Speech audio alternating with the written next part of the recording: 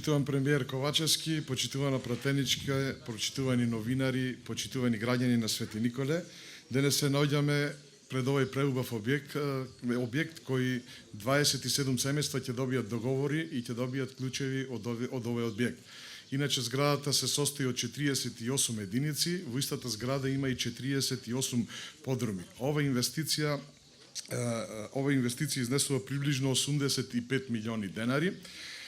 Нашите цели како предпријатие е да одржиме динамиката на овој проект благодарение на поддршката која имаме од владата на Република Северна Македонија. Досега имаме изградено многу вакви објекти во нашите градови низ цела република, а во завршна фаза се објектите во Демир Капија, во Кочани, во Дебар, во Бутел, во Скопје, во изградба ние и во Бутел, во Сарај, во Скопје.